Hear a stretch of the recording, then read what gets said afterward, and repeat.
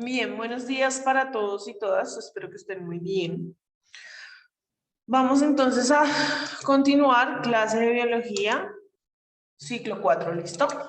Entonces, la clase anterior terminamos explicando un poco algunos conceptos de genética, ¿cierto? Si me recuerdan, me aprueban, por favor. ¿Sí o no? Hicimos un ejercicio de fenotipo y genotipo, ¿o no? Sí, señora. Listo, perfecto. Entonces, les había dejado de tarea, ¿cierto? Trabajar lo que tiene que ver con leyes de genética. De la pregunta 107 era muy corto, de la pregunta 107 a la pregunta 121. Entonces, bueno, vamos a retroalimentar rápidamente antes de continuar con los otros temas, ¿listo? Entonces, espérenme, comparto mi pantalla. Y ya saben cuál es la dinámica. Vamos escribiendo. Yo voy leyendo, ¿listo? Yo las voy a ir leyendo.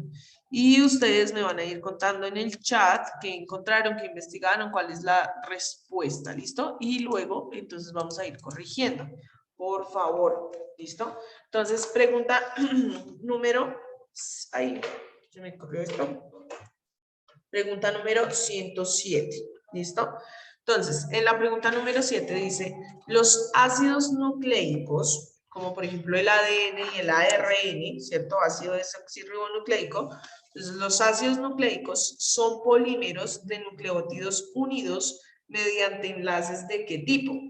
Fosfodiéster, péptidos, glucosídicos o nucleósidos. Entonces, pregunta número 107.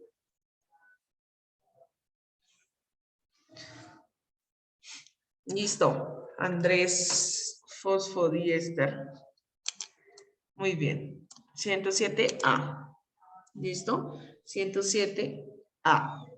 108. Vamos a ir haciéndolo un poquito más rápido. Escriban en el chat, porfa, las respuestas. Solamente participaron 2 en esta, por ejemplo. 108. La presencia de la histoína H1 ¿hace qué? ¿Qué hace? ¿Qué pasa ahí? 108. Ahí. Bueno, Carmen Sa escribió que la A y Andrés dice que la B. Sino que después fue que se me fue el número. B dice Gloria, Diego también dice que la B, entonces muy bien, la B. La fibra de la cromatina laxa se condense y se acorte.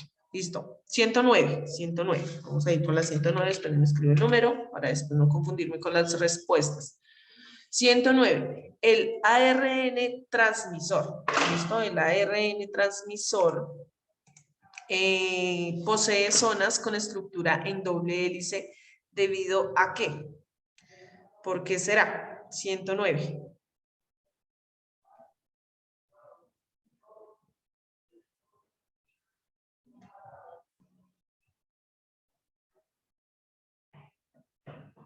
El ARN transmisor posee zonas con estructura en doble hélice debido a que...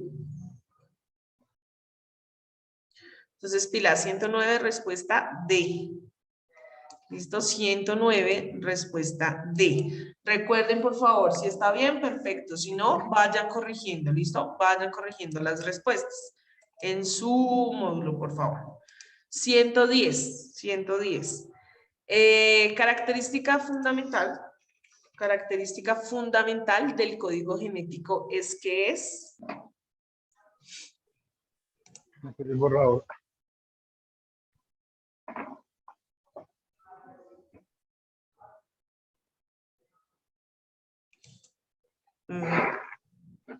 Estamos en la 110, bueno, ya habrán encontrado, pero bueno, 110, respuesta correcta, la B. Quienes pusieron la B, muy bien. ¿Listo? Es específico de cada individuo, recuerde. El código genético, la información genética que usted tiene, pues proviene precisamente de sus progenitores, pero ya es suya, ¿cierto? Y cuando usted se reproduzca, solamente algunas situaciones, algunas características de esa información genética se van a reproducir, pero ese es suyo propio, ¿cierto? Algunas de esas se van a pasar a la siguiente generación, a su hijo, su hija, pero no todo, no tal cual, ¿cierto? Entonces, el código genético de cada individuo es específico. 111. Genotipo es. ¿Qué es? Ay, esperen. 111. Genotipo es.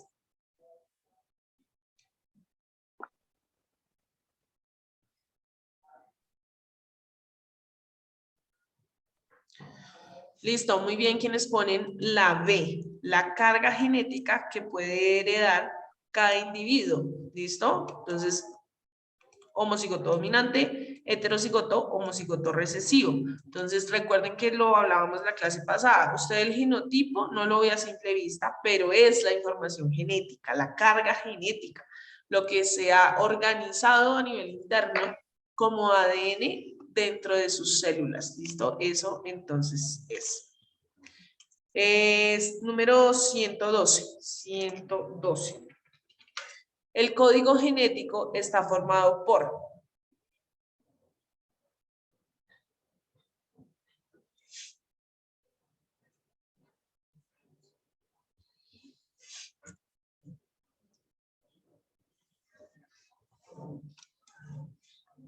Listo, bien.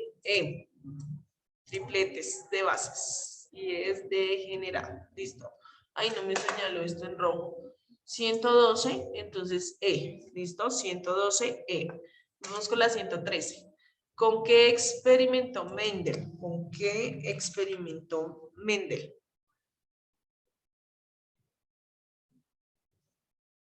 Ahí hay varias opciones, pero bueno, sí, digamos que lo más conocido es justo lo que se conoce como guisantes, que parecen como arvejas, ¿no?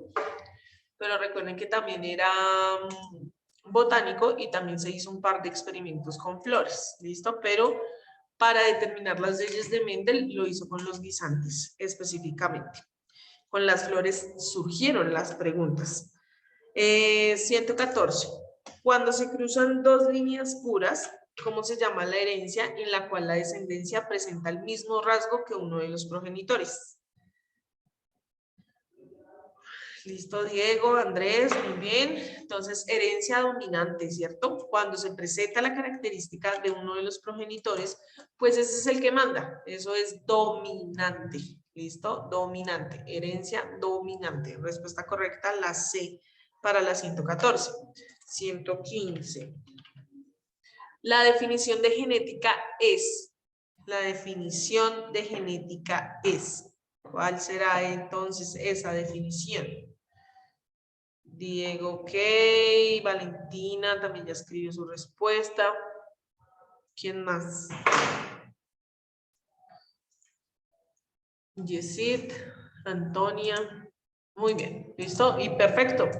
Estudia la herencia y la transmisión de las características de un individuo a otro de la misma especie. Obviamente tiene que ser de la misma especie para poder generar un proceso de reproducción. ¿Listo? 115, 116, 116. Un individuo tiene dos alelos diferentes de un mismo carácter. Se dice que es, ¿qué será? Heterocigoto dominante, homocigoto dominante, heterocigoto recesivo o heterocigoto. Estamos en la 116.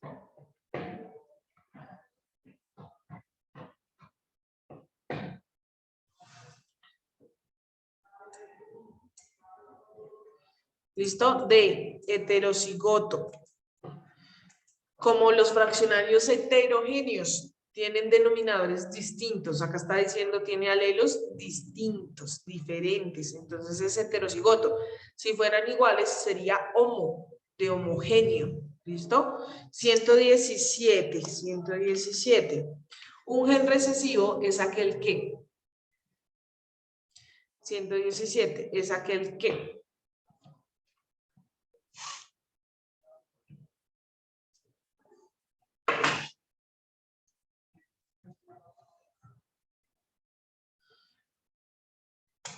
veo dos respuestas, no veo tres respuestas, no veo más respuestas, entonces pila 117, B, se manifiesta solamente cuando puede ser homocigoto recesivo, de resto no se va a expresar porque el que va a mandar siempre será el dominante, ¿listo?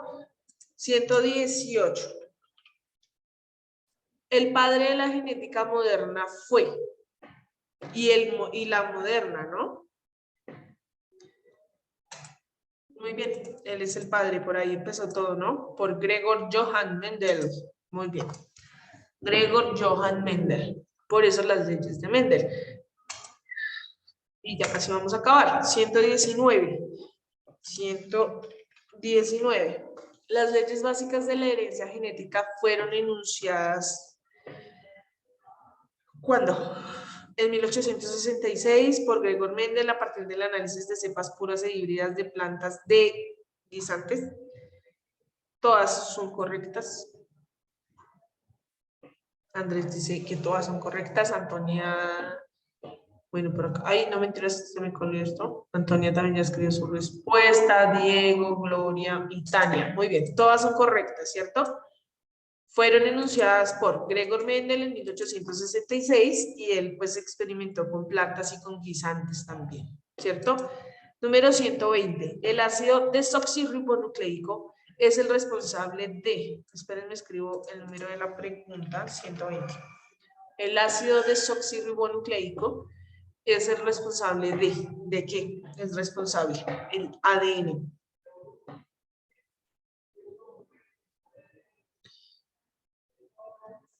Listo, bien, quienes escribieron la A, almacenar toda la información genética que se transmite de padres a hijos, esa es su función principal, lo que se transmite, ¿listo? Y finalmente, la última, ¿cierto? 121, entonces dice, ARN o ácido ribonucleico es diferente al ADN, ¿por qué? ¿Por qué es que son diferentes? Tiene un grupo fosfato diferente, su molécula es más pequeña, tiene un azúcar diferente, se encuentra también en el citoplasma.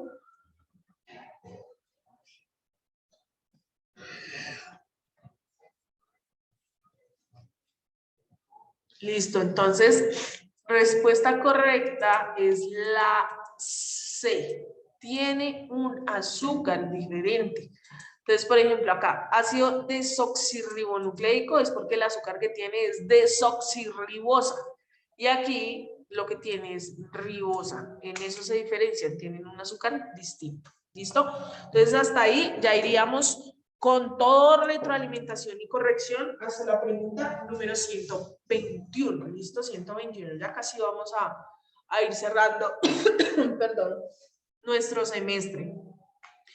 Entonces, vamos a empezar a hablar un poco acerca ya no tanto del cuerpo humano, ¿cierto?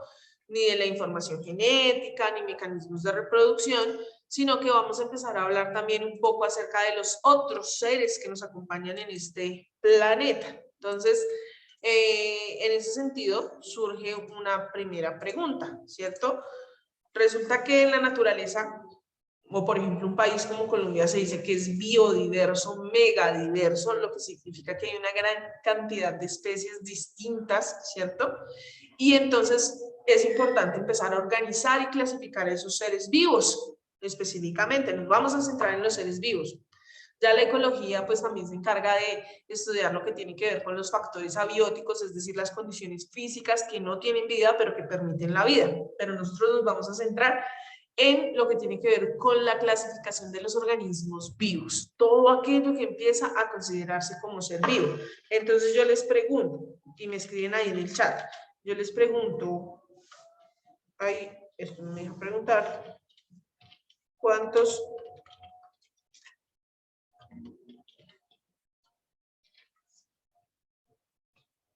reinos de la naturaleza hay? Escriban ahí la respuesta en el chat.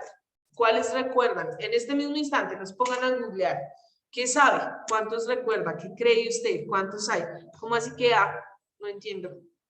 No, ¿cuántos hay? Un número, un número. No hay una opción de respuesta. ¿Cuántos reinos de la naturaleza hay? Bueno, por acá dicen 5, 5, 5. Listo, 5, 5, 5, 5. Julián también dice que 5. Listo. Jessy también dice que 5.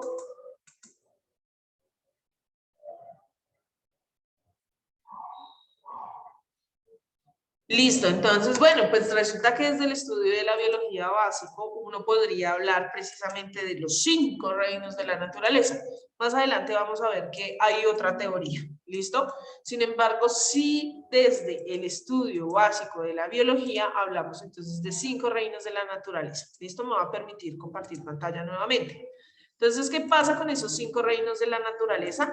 Precisamente son reinos porque nos permiten un proceso de clasificación. Como son tantas especies con características tan distintas, pero también con muchas características tan similares, pues fue importante empezar a organizar, empezar a clasificar, ¿cierto?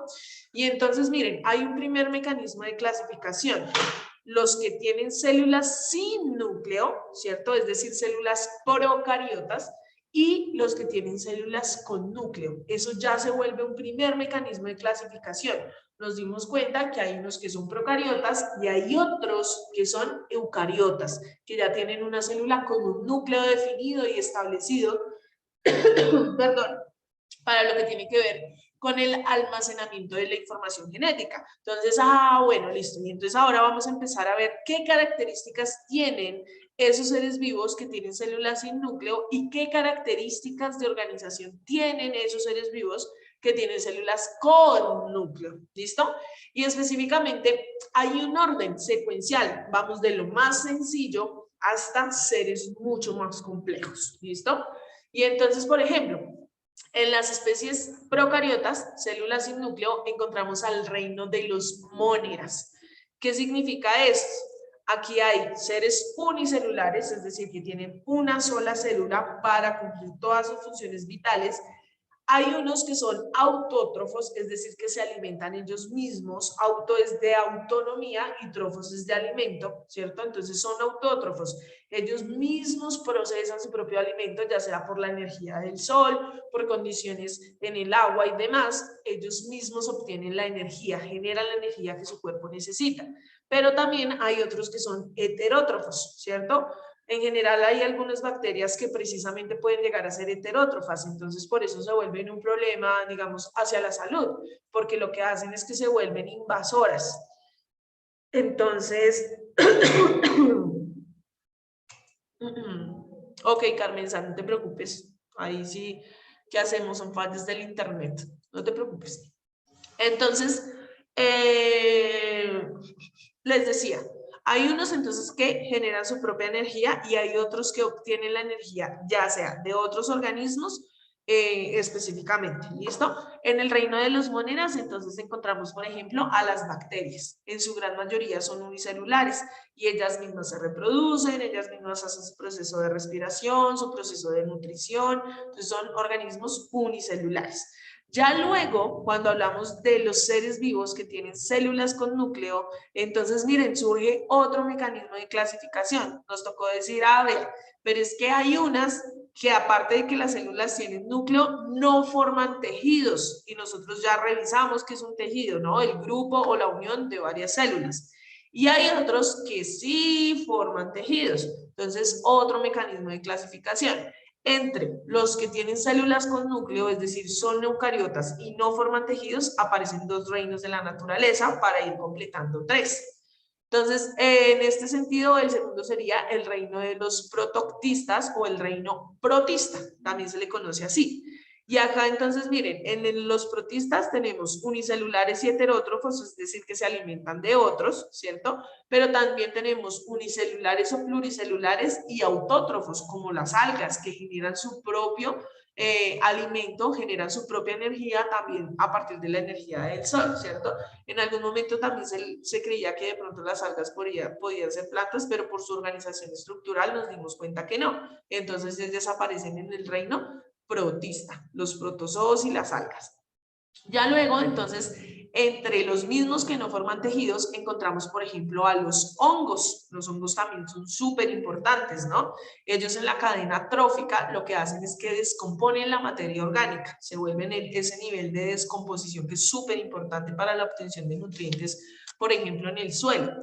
Y en general son heterótrofos, es decir, que los hongos siempre son invasores, siempre se van a aprovechar de otro, obtienen la energía a partir de otros organismos vivos. Hay hongos que son unicelulares y microscópicos, es decir, que no podemos ver a simple vista, como por ejemplo las levaduras, y la levadura es, por ejemplo, un tipo de hongo que nosotros metabolizamos, ¿cierto? En los productos de pastelería, por ejemplo, se utiliza la levadura para la producción de pan y demás, ¿cierto? También los hay pluricelulares, a esos sí ya los podemos ver a simple vista, claro, como están organizados con muchas células, ¿cierto? Entonces ya los podemos observar a simple vista. Por ejemplo, los mohos y las setas, que son los que tienen esta organización, como un champiñón es una seta, ¿cierto? De hongos. Entonces, unicelulares, pluricelulares, pero en general todos son heterótrofos. Los hongos son invasores, parásitos que se alimentan de otros.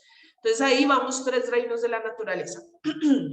Luego, entonces encontramos a los seres vivos que forman tejidos, ¿listo? Y se vuelven los más complejos de la naturaleza, son los más complejos, los más desarrollados a nivel estructural, a nivel de composición, a nivel de funciones, ¿cierto? Son mucho más desarrollados. Entonces tenemos en el cuarto al reino de las plantas o lo que se conoce también como el reino vegetal.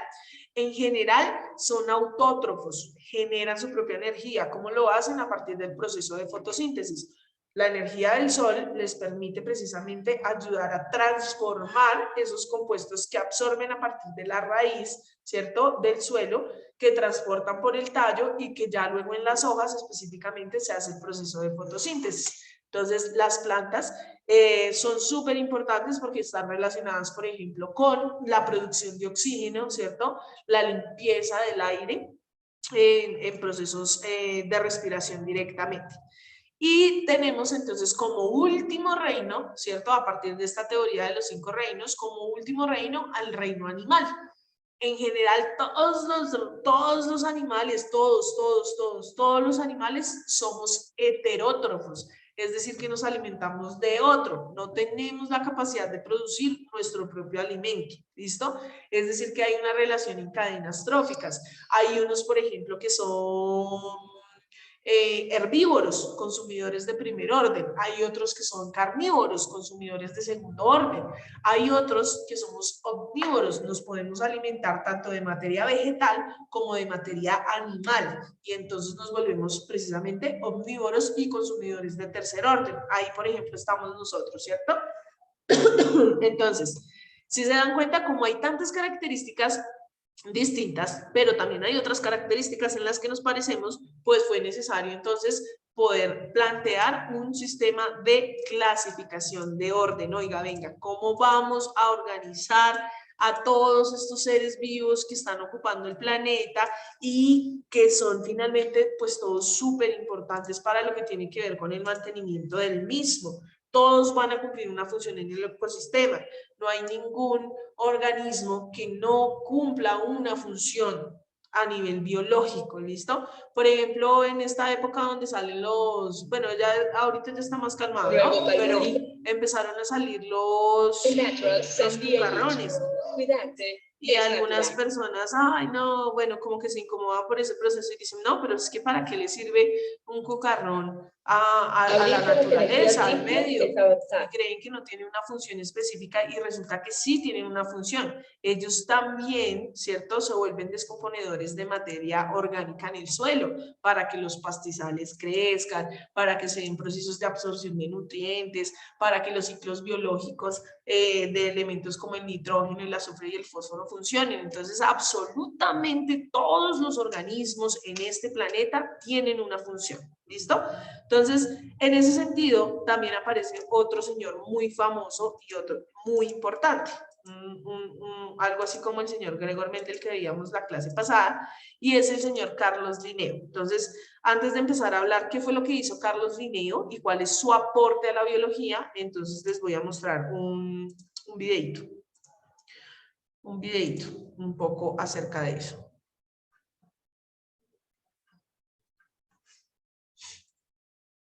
Depender del petróleo es retroceder. El tema de hoy, taxonomía, la clasificación de los organismos.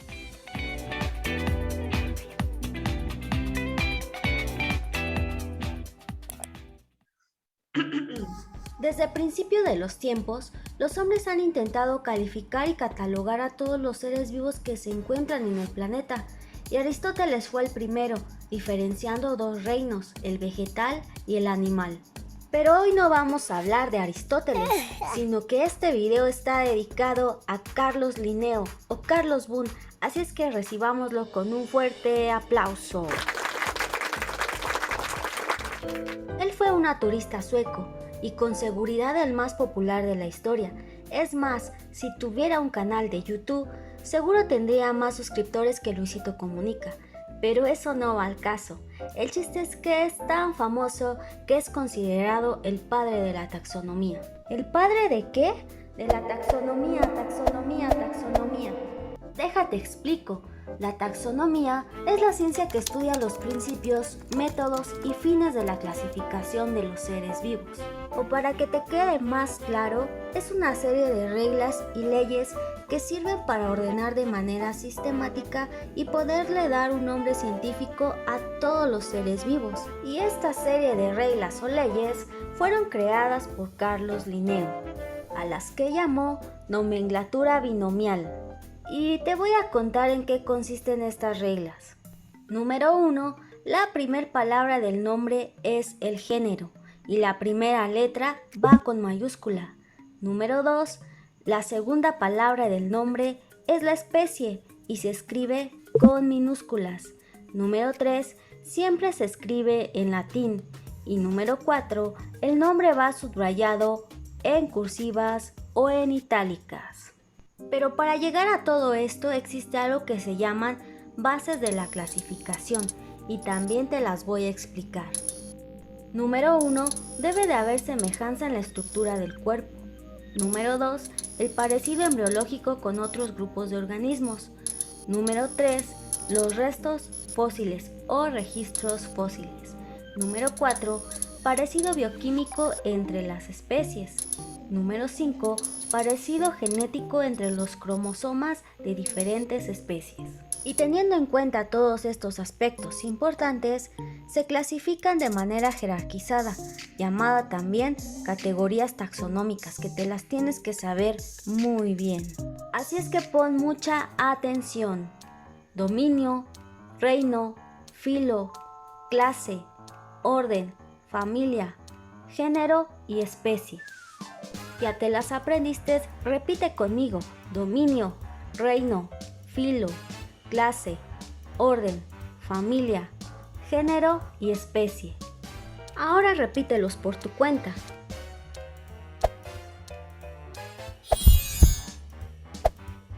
Come on.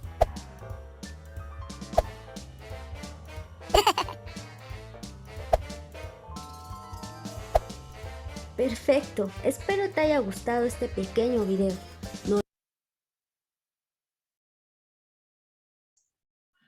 Listo, entonces, bueno, básicamente como mencionaban en el video y lo que venían justo diciéndoles, ¿cierto?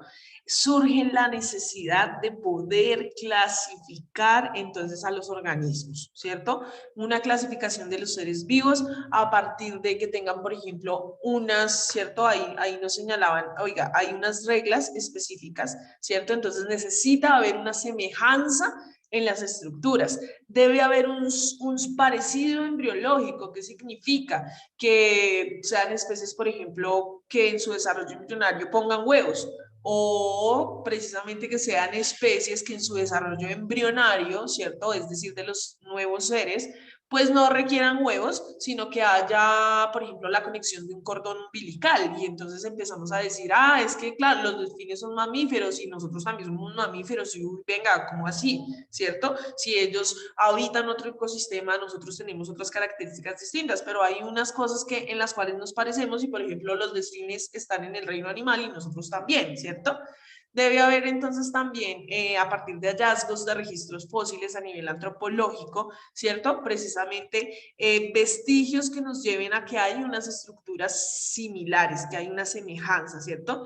También debe haber un parecido genético en la estructura, por ejemplo, del ADN. Entonces, digamos que cuando el señor Charles Darwin postula su teoría del origen del hombre o la evolución de las especies y menciona, por ejemplo, que el hombre puede provenir precisamente de una especie de chimpancé. Entonces dice, venga, este señor tan loco, ¿de dónde saca eso? Y entonces se hace todo el análisis del código genético de un simio y el código genético de un ser humano, y hay un parecido más o menos entre el 98-99%. Eso es un parecido tremendo, ¿no? Y hay unas semejanzas en la estructura, y hay un parecido embriológico, y hay un parecido en el comportamiento. Entonces, eso debe ser las bases para poder llegar a clasificar también a algunos de esos seres vivos. ¿Listo? Entonces, espérenme acá. Cambio ahora para este lado. Entonces, precisamente como nos mencionaba el video, la taxonomía también se convierte en una rama de la biología, ¿cierto? Entonces nosotros hemos hablado de anatomía, que es una rama de la biología, hemos estudiado los sistemas del cuerpo humano, ¿cierto? Hemos hablado también entonces de la parte de la reproducción celular, que es la histología, que también es una rama de la biología.